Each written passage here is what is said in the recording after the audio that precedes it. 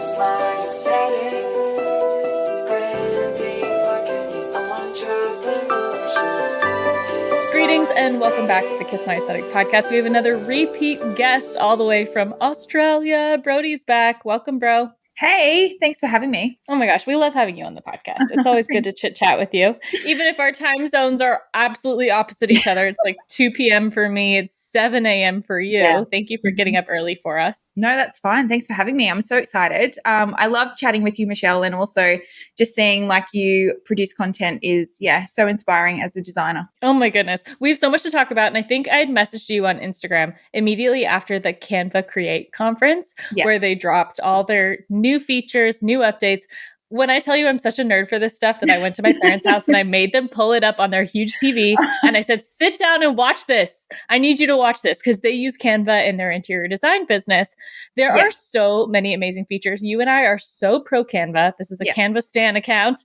Talk to us about Canva. You are so in it even more than I am. So for the people that don't know or someone who's just getting into Canva, give us the whole rundown. Yeah, well, essentially, like I'm a qualified graphic designer, brand designer. I work prolifically with clients that need brand design done in a professional setting, like the Adobe Creative Suite. But a couple of years ago, I started producing Canva templates for my clients.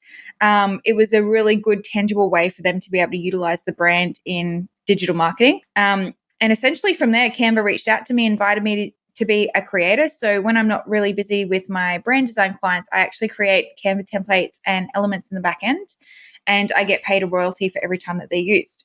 So I guess from that standpoint, when I'm creating content in Canva for my clients, it's at a scale and a level that is approved by Canva. So they do actually have a lot of like rules and standards when it comes to creating design in Canva. And there are a lot of creators that are designers and there's a lot of creators that are not designers. So they have to maintain a level of standards for those content creators for the back end of Canva. But yes, again, I love Canva. I talk about it quite a lot over on my socials as well as, on my website. I have masterclasses and so forth. But in essence, I think what it's done, and I've said this before on a different podcast episode, it's really disrupted the design industry. There's always going to be a need for professional graphic designers, but on a scale for small businesses, being able to jump in and just create a post or an advert, it's really kind of like allowed design to be more accessible for small businesses. And like we've seen the stats over the last couple of years since COVID, so many more people are starting their own business or, they've got a side hustle and they need to create their own graphics. So, I just think Canva is really accessible in terms of, starting your small business, and then you get to a point where you're just like, okay, now I need to outsource this and get somebody else to do the rest. Yeah. So Canva Creates is an event that they hold roughly every 6 months. I went to the first one, which was really exciting. They announced a lot of big kind of like updates in terms of the platform and the abilities. And then in March, they had another Canva Creates. I was invited, but I was moving house, so I could not go, which I'm just like so sad about. But they had a lot of updates around the existing platform features, but just expanding on them. Many of them revolved around AI, integrating like a bit of like AI features, which I think is like huge at the moment with kind of like everything. But, one thing that I love about Canva is that they invest so much money into their platform in terms of updating the features, taking on board feedback, and rolling out, edits. But something that they also do, which I think is just like mind blowing, is the fact that they allow schools to have Canva for free. Like the next generation of designers that we see coming through, like our industry, is going to be epic. Like it's just going to be so cool. Yeah. So, I just like was really excited about the updates that they announced, and even just being able to have a conversation with another designer that also. That talks the talk? Yeah. Yeah, totally. I mean, you'd be surprised, Brody, this week on TikTok live. I was on TikTok making graphics for San Diego Open using Canva. And somehow my live got pushed out in the algorithm to all the Canva haters. And Oh, I was no. getting absolutely barraged in the comments saying, this is so embarrassing. How dare you call yourself a designer if you're going to use Canva? Like, it's Adobe Suite or bust. You can't possibly be charging money for this. And I said, you know what? I'm going to laugh all the way to the bank because this is like going to end up being a $60,000 project. So if no one is keeping you here, you can go. Yeah. But also I'm trying to share with you for free. So I'm here showing you this is the way that we can pull this together and create assets that, exactly like you said, are actually usable by people that aren't designers. That's exactly the value add of Canva. And it was so interesting to watch Canva create on the heels of going to Adobe Mac, because you can just tell that Adobe's like kind of shaking in their boots over Canva, because their whole message of Adobe Max was design so easy, anyone can do it. And I said, you just said that to an entire room of designers. Like, Yeah. Oh, that no. killed me. That killed me, because although design should be accessible, absolutely, that's not the market positioning of the Adobe Creative Suite. No, it's Adobe not. Creative Suite this is the Michelin star kitchen of design programs. This is the absolute best of the best tool money can buy program. Yeah. And Canva, if they really wanted to position themselves apart from Canva, they'd say that's the tool that like the hobbyists can use, or small business owners, or teachers, or nonprofits. Like, that's great for them, but we're going to be over here. And instead, they're trying to take up so much of the market share of this, like, so easy anyone could do it, which is kind of the Canva value add, is that you don't have to be a designer to be able to make things. What do you think of all of that stuff? And that's how Canva's really made their, their position in the market. Like, they literally allow anyone to have a free account. First of all, like a free account. You can't do that with Adobe. They are affordable. So it's like, what, $17, $18 Australian a month compared to Adobe, which I think right now it's like $80, $90 a month. And obviously, like, I utilize Adobe for the more complicated design features and, like print and all those things. But what's not to say that Canva, with I think they're up to over 125 million monthly users. What if they develop a platform that eventuates to be like Adobe, that allows you to create the vector artwork, that allows you to export for print, have a lot more control over the output and the quality. What happens if they take part of that market, and then what's Adobe going to do? Because right now, like, if you are not a designer and you download Adobe, it's really scary. Like, there are so many different features and capabilities in Adobe, which I love. Like, I'm not hating on Adobe. I just think, disruption in industry is quite standard across, the whole history of human beings, right? Like, that's how we develop, buttons. Evolution. Evolution, right? Like, this is how we go through history. Without that disruption, like, what's not to say that, if Canva didn't exist or didn't come around, what's not to say that Adobe would just have full market share and would be able to control that and drive up prices of their membership. Like, Canva coming in and leaving them a little bit scared in their boots is not a bad thing. Like, this is how we're going to end up with better platforms, better services, better, features. And I'm all for it. Like, I'm here to see not the competition. Like, you are so correct when you say, like, Canva is accessible, but it doesn't mean that you don't need a designer. Right.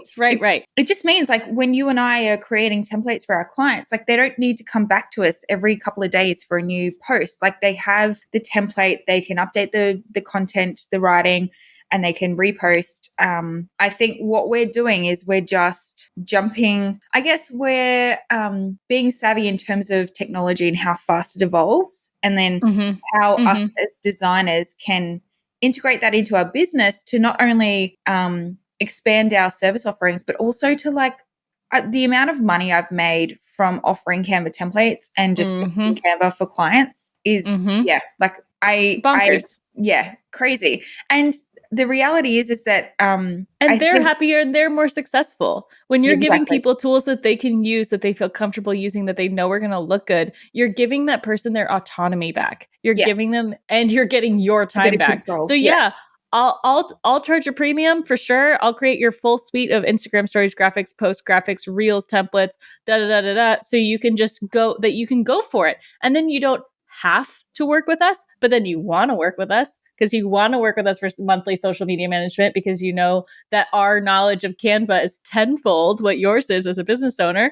Then, like, that's feels such a like a better place to be in than having people come to you because they feel like they literally cannot do it themselves. Yeah, like the amount of clients that I've had come to me for like a rebrand or a refresh, and they've just said, "Oh, I worked with a designer, a logo designer, and they gave me this file," and it's like one file. Like, how were they meant to take that one file and tangibly use that to create on-brand assets that support them on every touch point? Like, you think about a small business owner and all the different touch points that you have in your business, whether it's social media, whether it's, your email marketing, whether it's your website, whether it's, when they click to check out, like, what do they see?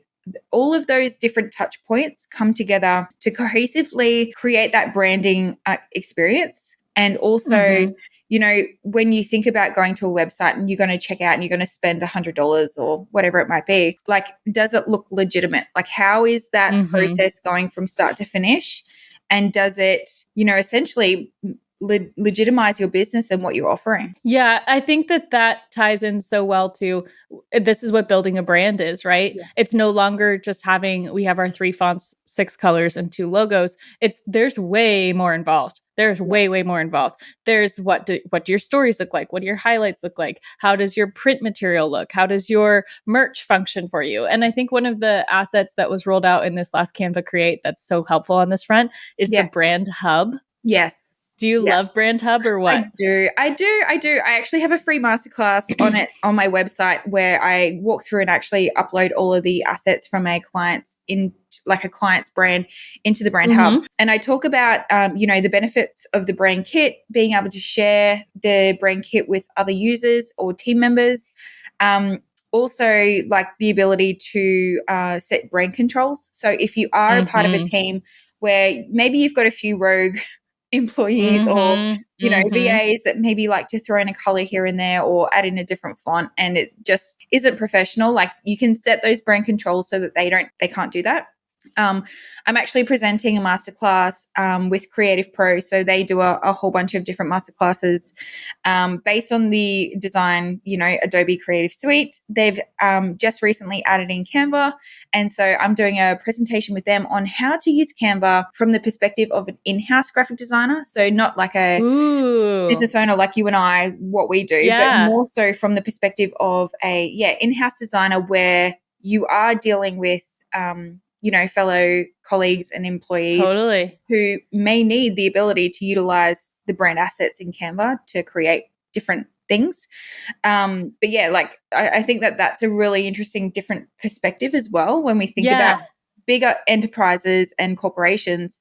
And some of the biggest, corporations in the world use Canva. Yeah. I mean, I think about it with Hotel Lobby Candle, right? Like, we've gotten to a point with them where everything that touches the brand lives in Canva because it's this 30,000 foot view of what's the social team doing versus what's the packaging ideation to what's the workflow. Like, I've been using the whiteboard function to create SOPs that say, here's the exact order of operations of how something goes from idea to production.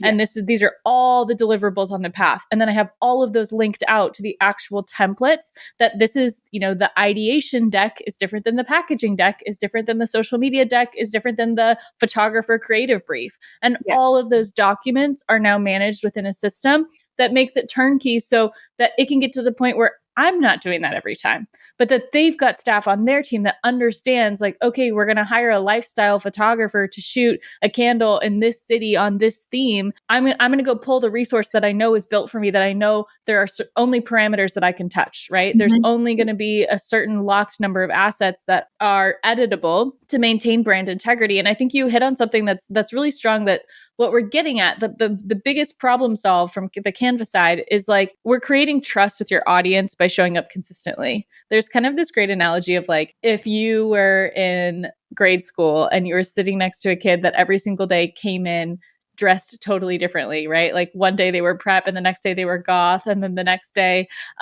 they were a jock. And you just be like, who the heck are you? And how am I going to be able to synthesize and understand who you are and, like, whether we're the same or not if you're constantly showing up differently? Versus the person that's steadfast and, like, this is my style, this is what I believe, this is what I value, like it or leave it, this is who I am, is a much more compelling sell than someone who's all over the map. Absolutely. And like, I also think of like the analogy of like, don't expect to be recognized if every day you're showing up with a different face. Like, you know, your clients and your consumers are not going to recognize who you are as a business or a brand. They're not going to understand your values. Like if you are consistently showing up very much to how you do on socials, like you are 100% your brand, and people recognize that even before they realize who it is that they're looking at. It's like they've already the back of their brain recognized. Yeah. And, you know, that really does legitimize your service offerings and who you are as a business as well. So, yeah, 100%. Canva just makes it more accessible for people to do that, or businesses to do that. I guess on the small business side of things. Yeah. But even like just seeing enterprises start to use it is really interesting. And, you know, I've said this before, the fact that Canva have allowed Canva to be free for schools. Like, yeah, I love that I'm part so too. excited to see this next generation of designers come through. And, you know, it's just going to allow people, even like in low budget areas, to be utilizing a piece of software that otherwise they would have to pay, you know, a higher premium subscription with Adobe. And now it's just like, well, okay, I'm going to see, like, I have to think about myself in high school. Like I loved PowerPoint. And, you know, like that's how I started, I guess, getting interested in design. But think about the limited features in PowerPoint now compared to, you know, where we are. Yeah, it just would have, I guess, made it a little bit more accessible for me to explore that interest at a younger age. Yeah, people ask me all the time through TikTok comments or Instagram DMs, like, oh, I'm a college student or I'm a high school student. I want to learn. What programs should I learn? Like, where do I even start? And I said, honestly, Canva. Like, just dive headfirst into Canva and create so much opportunity for yourself within knowing that software really well, because there's still tenets of graphic design that make things work or not work in Canva. So kind of walk us through your creative process. Like when you're designing Canva templates, for example, that are getting sold on the back end of Canva, what are the things that are just kind of the foundations or the base level graphic design that you know it has to have this? Like, for example, we want an image and text, but it needs to have like contrast and composition and flow. Like, talk us through some of the things that to you stand out as being a good Canva template versus being a not so good Canva template. Yeah, well, when I approach designing in the back end of Canva, I always have the mindset of a small business in the back of my head, because that's kind of like my target audience and that's who I design for. So yeah, that's kind of like my main key messaging is, okay, am I designing a sale template? Am I designing something that promotes a freebie download? You know, maybe a client wants to upload an image of like a ebook that they want to sell on their website, and maybe this is going to help them promote that. Canva has a lot of set rules in terms of creating templates and the kind of content that you can share. So that's why you see a lot of the templates that have like really great site.com and things like that. Like you have to have a set amount of content provided. Yeah. But yeah, it's also like thinking about, okay, I guess as a creator for Canva, how I get paid is based on how many people actually use it. So I want to make something that's quite, I guess, you know, visually captivating. But also that, you know, might have the base amount of information that the majority of small businesses would use. So that would be like sale post with like a promo code and like the expiry date and maybe a graphic that they can just chop and change in terms of like uploading an image. But, you know, going back to design, like it's always considering the basic design principles. So, you know, like balance, hierarchy, color, all of the things that come together to create something that is, you know, not just a mishmash. You want it to be quite, you know, beautiful and for somebody to look at it. And I think I actually had a Canva template that has been downloaded over 1 million times. Oh my gosh. The way that Canva works in terms of their royalty pool, it's you don't get paid the same royalties every month. The royalty pool is based on the amount of subscribers that they have. Subscriber users, you know, and a percentage of those, you know, subscription payments go into a royalty pool. And then based on the amount of, you know, downloads that your template or your elements might have, then you get paid your commission. But like it's created I guess a income stream in my business that, you know, even if I don't create anything for a month, like I'm still going to get paid that royalty pool based on what gets used. That's awesome. So, That's awesome. Yeah, no, I think it's a really interesting path as well, because I think of the designers that might be listening to this podcast that they don't like doing client one-on-one work. They don't enjoy that part of the process. So to be able to tackle something like this, where you have the client in mind, you're thinking of the project, but you're able to execute on it without having to have that pushback necessarily of like the client process and having to appeal to them, that's really attractive as well, right? Is like, that's a great opportunity for someone who doesn't enjoy the client facing side of it. Sometimes like being able to create without the boundaries of a client brief can be really, awesome. I was just going to ask what some of your favorite new functions of Canva that you've been loving since the last time that we talked. Yes. Well, they announced in March some of the new features that they have launched. A couple of them revolve around like AI. And I know that that's like a big trending topic at the moment because like ChatGPT, all the things. So I guess Canva have announced they've got the magic design, the magic write, and the magic edit, I think. Magic edit. Yeah. So in terms of like being able to edit a photo or add something into a photo, I've stopped using Photoshop because me and Photoshop don't get along 100% Me of the either. time. I just said this to someone yesterday. I was like, Photoshop and I are not friends. No. It's so funny. Yeah, it's crazy. But yeah, being able to use those AI features and just being able to, type in a sentence that says, create a dog with a bumblebee on its head. I don't know, whatever you want to do, it has the ability to put that together. And, when you think traditionally of like how many hours that would take you in Photoshop, like it's kind of crazy. Yeah. It doesn't negate the need for obviously having Photoshop in a more professional setting and being able to really customize what that image looks like. But if you are just on the go trying to put together content, our universe is it's no longer, okay, I've got a month to put this together. It's like, okay, I needed that yesterday because TikTok is, flaring on this topic and I need to create some content. It's just like, okay, we have to be a lot faster with how we do things and how, we deliver things as well. A couple of other features that they did, they put out a bit more of an animation, feature in terms you can create your own paths for different, animation features, which is cool. And I think the brand hub, which we already spoke about, the brand kit, being able to control like, the brand elements and showing that with team members. And the draw tool, which I think I missed that, as in like, there's been so many different things that I wish that I could just be like, oh, I really just want to draw in an arrow or like, as a designer. So implementing that draw tool has been really fun. And I think, again, when it comes to those kids in school that are learning, Canva at such a young age, being able to have that draw tool will allow them to kind of like explore even just drawing and, illustration and, Sure. You never know. It could be the next master illustrator comes out of, learning the draw tool in Canva. Absolutely. Yeah. There's still a handful of things that aren't Canva. And I think when I was on TikTok live the other day and I was explaining to people, someone asked like, how much time are you spending in Canva versus the Adobe Creative Suite? And I'd say probably 80-20 for me, because there are still some things that you do need to lay out in Illustrator for now. And that's really the difference between raster and vector artwork. Yeah. Vector being based on math, raster being based on dots of color.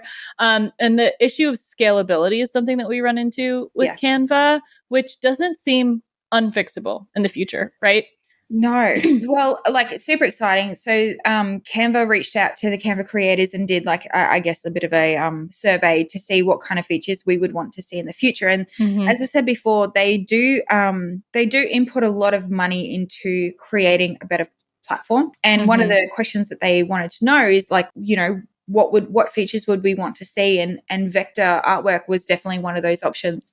So I think in the future, I won't be surprised if they roll out a feature of Canva that allows you to export for print in vector, based high quality print PDFs and things like that. Because I guess the struggle that my, small businesses have now is that, yes, they come to me for templates, which for digital marketing is fantastic. But when it comes to print quality, packaging, they still are reliant on designers to do those jobs. And don't get me wrong, it's taken me years and years and years to get to a point where I'm super comfortable with, packaging files for print, sending to print, doing actually like packaging design with all the different die cut templates and things like that. I don't think there'll ever not be a need for a designer to do that. But I do think a few features that we would see coming out of Canva in the future would be around, vector artwork and things like that. Totally. And I wonder if that will change the trademarkableness of the assets that come out of Canva. Yeah, the whole commercial licensing around all the assets in Canva, essentially, like right now, you can't utilize an element in Canva for a trademark unless it's like a really simple square, line or circle or square, like a shape that is standard. Universal. Yeah, universal. Thank you. But when it comes to trademarking a logo and trademarking like your brand, like I can't imagine a situation where you would ever want to trademark something that's just got a circle and a line through it or whatever that might look like. Yeah. You still definitely need a designer to be able to do something quite unique because the licensing for all of the elements in Canva is non-exclusive. So that means you can't trademark it, you can't copyright it because somebody else has designed it and it's designed for non-exclusive purposes. For example, when I create icons and graphics for the back end of Canva, like as a designer, I know that could get used and somebody might put it on a t-shirt and sell it. Cool. The reality is that you aren't actually allowed to use the elements to sell as a standalone piece of design. You have to do something to it to change it or to edit it or to create it like your own unique piece of design. So if you wanted to make like a mermaid inspired t-shirt graphic on Canva, you cannot export that, slap it on a t-shirt and sell it if it's something pre-made. If you've only just selected one graphic and it's a mermaid and then you export it and slap sell it on a shirt. You have to add something to it to create a unique design and then you can sell it. So maybe you put, like a piece of coral in the background. Yeah. So it is quite complex in terms of the commercial licensing. But when it comes down to it, as long as you're creating unique designs, whether you're chucking a few different elements together with, you're editing things, you can then sell it. And that's why I guess like sellable Canva templates is such a huge market. Like you look at Etsy, you look at Creative Market, like it's a big market. But at the end of the day, like you have to make sure that you're looking up the commercial licensing and the rules around creating sellables. Yeah, that's a really interesting whole rabbit hole to go down. I have like not gotten into that whole passive income opportunity as far as like creating assets in that way or selling assets, but I think it's fascinating. And I think, like we said, like there's so many opportunity. I just get too ingrained in the client projects. Yeah. I get so in it because that's truly, truly my favorite thing. And as I told you before we even started recording, you'd be embarrassed to know that I haven't added anything unique to Pinterest in I want to say even longer than 8 months, probably a year. Pinterest brings you the majority of your clients. So I want you to school me and say, Michelle, here's all the things that you should be doing with your Pinterest account to get visibility on Pinterest as a designer. Yeah, well, I feel like you can school me on TikTok and I'll school you on Pinterest. Perfect. So, essentially 90% of my work comes from Pinterest in a sense that I utilize Pinterest to kind of like upload my portfolio. Whenever I finish a brand design client's project, I create and I utilize my employees to help me create Pinterest pins that are then scheduled and set, in Pinterest. The lifetime of a Pinterest pin is, I guess, not limited. I've got Pinterest pins that, lo and behold, I posted like 4 years ago. Like, don't look at those. Same. But yeah, that is still providing me with traffic to my website, which is essentially like when you think about as a service provider, what I'm trying to highlight. People might be going into Pinterest to, hey, I'm going to put together a mood board for my style inspiration for a photo shoot. And then all of a sudden they find a local photographer that does the style that they want. So I got into a pattern of like every time I did like a brand that I really loved, where I would post it to Pinterest and schedule that in. And so now I've got like almost 4 million monthly viewers. The amount of traffic that I get to my website, even if it's just, it could even just be a junior designer that just saw what I designed. They like what I did. They jump onto my website. They might look at my masterclasses. They might subscribe for emails. I guess by doing this, I've created like a really healthy email subscribe list. I also give away like freebies via my website. So just having that process of, hey, click on my pin, go to my website, check out what else I do. Yeah. Right. Yeah. So there's a few different types of pins since I've last kind of really done a deep dive on Pinterest. It used to be just the pin itself that you would then add a description to and link to your website. Then there are also stories pins, and maybe I'm getting the terminology wrong, but you could upload multiple images to one. I also noticed that Pinterest video had a bit of a moment, and I got an email like a few months ago that said like Pinterest Live is now a thing. Like you can live stream on Pinterest. And I was like, I don't even know who is doing this, but maybe people are. I'm not sure. So which features do you utilize the most? What would you say for someone who's trying to get back into Pinterest? Where should you focus your effort? Start basic and just do pins. Static pins.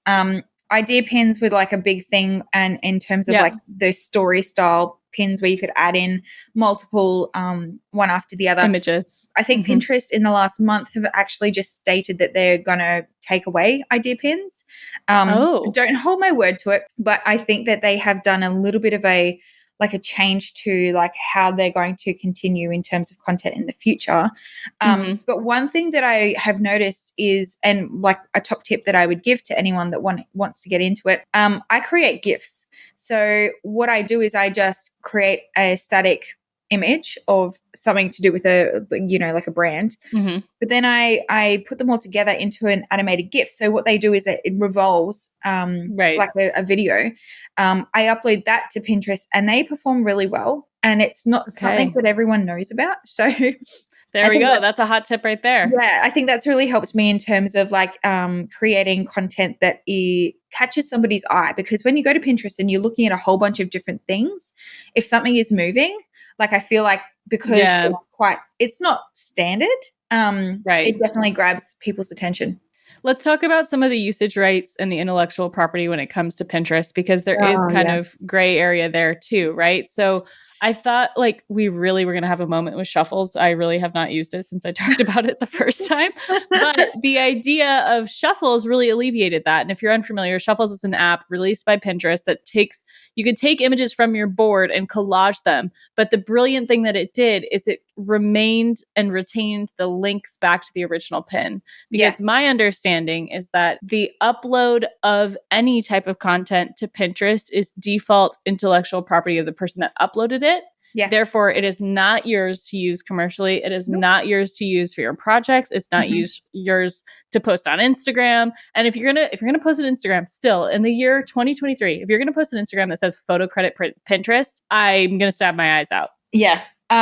Look, to be honest, I think whenever you're posting your content that you've created or a brand that you've designed on the internet, doesn't matter anywhere, you run the risk of somebody ripping it off. I was recently, actually only like 2 weeks ago, reached out by somebody who said, hey, just checking in, did you design this brand? And I was like, yeah, I did that. And she's like, what about this one? I'm like, yep, I did that too. Yep, all designed by me. She said, I just had an interview with a graphic designer who claimed that they had designed all of the branding, but your business name was on the bottom. So somebody had, I know. How embarrassing. Like, oh no. Yeah. So the reality is that if people are going to copy your work or rip off your pins or rip off any designs that you put out onto the internet, I guess it's really hard because you can't stop them or prevent them. But I think having an open conversation about how actually like that's not okay. They might not understand that that's actually illegal. Right. But I don't use any like anyone else's images on like mood boards or anything like that. I know that that's no-go. But what I do with my clients is that I do get them to put together a mood board of like the kind of styles that they like. And that way I can, I explain to them, I say, it helps me understand, what aesthetic you like, but I can also read between the lines as a designer and see what you're not pinning. And I think that that's a really good way to visually communicate with a client who sometimes might not be able to say what they want. Yeah. No, we use Pinterest for every single project, no matter what. Like the Yeah. amount of Pinterest boards, that's the other thing. The amount of Pinterest boards I have on my Pinterest is criminal, because anytime that I have an idea, I make a board. Yeah. So it's almost like I need two Pinterest accounts. I need one just for my ideas and another one to actually market myself, but maybe they can all be in one. I was in a really good rhythm for a while where, similar to you, I was using them to kick off the project, and then I was going back into that board and uploading all the pins from the final project that linked to my website so that you could see the inspiration, you could see the sections. I love the sections. Yeah, We love sections Yeah. and the boards to say, like, this is your color inspiration versus your typography inspiration versus your photography or illustration inspiration, your merch inspiration. Separating out those ideas is really helpful. And I think you're spot on. Like, sometimes clients will give you stuff, but they don't have the vocabulary to describe why they like what they like. But Yeah. a trained eye with aesthetics can say, oh, I'm noticing that you're pinning a lot of rustic textures. What about thinking about these other rustic textures that might go with your brand? Exactly. We can pick up on those things. Yeah, I think it's fun. So you have your clients submit Pinterest boards to you first, huh? Yeah. So when I do, once they're onboarded, they've signed the agreement and so forth, like I do a branding questionnaire and a bit of a deep dive, and I get them to submit me a Pinterest board. And then we discuss like the recurring themes. So like, as you said before, I might notice that they've pinned a few things that have a specific font style. And so we might explore that in a concept. What I've started doing, which I think is the way that I want to work in the future, to be honest. I've done VIP days, and I've offered that for like the last couple of years. And what that means is that instead of doing it over like a 3, 4, 5, 6 week timeline, like we're actually like jumping straight into it and being able to get their, live feedback on something or a font or a style is so incredible and fast that, I really just want to continue doing that, because I love being one-on-one with a person. I get a lot out of like the personal interaction, as well as, me too. Like even just being able to talk through something and educate them around, maybe a graphic design principle or why we would do things a certain way. I think they get a lot out of it too. So I'm doing a lot more of those, and that's been really, instrumental in my design process, and even just being able to communicate about design and the reason why we're doing something. Yeah. And I think that fits perfectly aligned with your sweet spot of small business owners, right? Yeah. It's like they may not have tens of thousands of dollars and 5 weeks to do branding that's really going to exist maybe only at their craft fair business that they sell handmade soaps. You know what I mean? Yeah. Like, there's not everyone needs all the bells and whistles. And that's exactly the point. But you still want that person to be successful, and you want to set them up on Canva, and you want to make sure that you understand their vision on Pinterest and be able to assist them in the best way possible. And for that, VIP day makes all the sense in the world, right? It's like super turnkey. They feel really involved. They feel taken care of in like a concierge style way. So like, I love that opportunity as well. I think that that's so smart. Yeah. Well, I think also like people are starting to want things a lot faster these days. True. Yeah. So it's also allowing them to have the files within a couple of days. But also, if they've started their small business or medium-sized business themselves in Canva, they've kind of DIY'd it. Typically, they will have a little bit of a creative flair. So they will know what they like when they see it, but they'll also know what they don't like when they see it. So I think that can be really powerful as well. Yeah, amazing. Oh my gosh, we covered so much. We covered 2 really great topics today: Canva and Pinterest. I know. Wow. Yeah. Okay, so top tips. Tell us. Hit it. Jump into Canva, make sure that you use the brand hub. I think that would be really powerful, especially if you have a team. I also think that you need to try out the AI features in Canva when it comes to editing photos or writing content. I also think that if you are not on Pinterest as a service provider, you need to just start doing some static pins. Do it the same size as like story posts. Don't overcomplicate it, and just be consistent. Ooh, love all of those things. Yeah. Tell us also one more time about the masterclasses you have on your sites. You mentioned your email list. You mentioned your freebies. If someone wants to learn more things from you, where and how can they do that? Yeah, so I've got a free masterclass on my website at the moment about the brand hub. You just have to subscribe for emails. I also have a couple of different masterclasses, one about selling Canva templates legally, as well as utilizing Canva for small business from the perspective of a small business owner wanting to DIY some of their digital marketing. I've got a few things on my website like fonts and, downloadables. But also, if you want to work with me as a brand designer, check out my services on my website. And I'm a brand designer based in Australia. I'm not afraid to use color. I consider myself more of a vibrant brand designer, so I implement a lot of illustration. I really loved catching up with you again, Michelle. Thank you for hosting me. Oh my gosh, per usual. It's been an absolute treat. Thank you for starting your day with me, and thanks for being on the podcast again. Excellent. Thanks so much, Michelle. I appreciate it. See you next time, guys. Bye.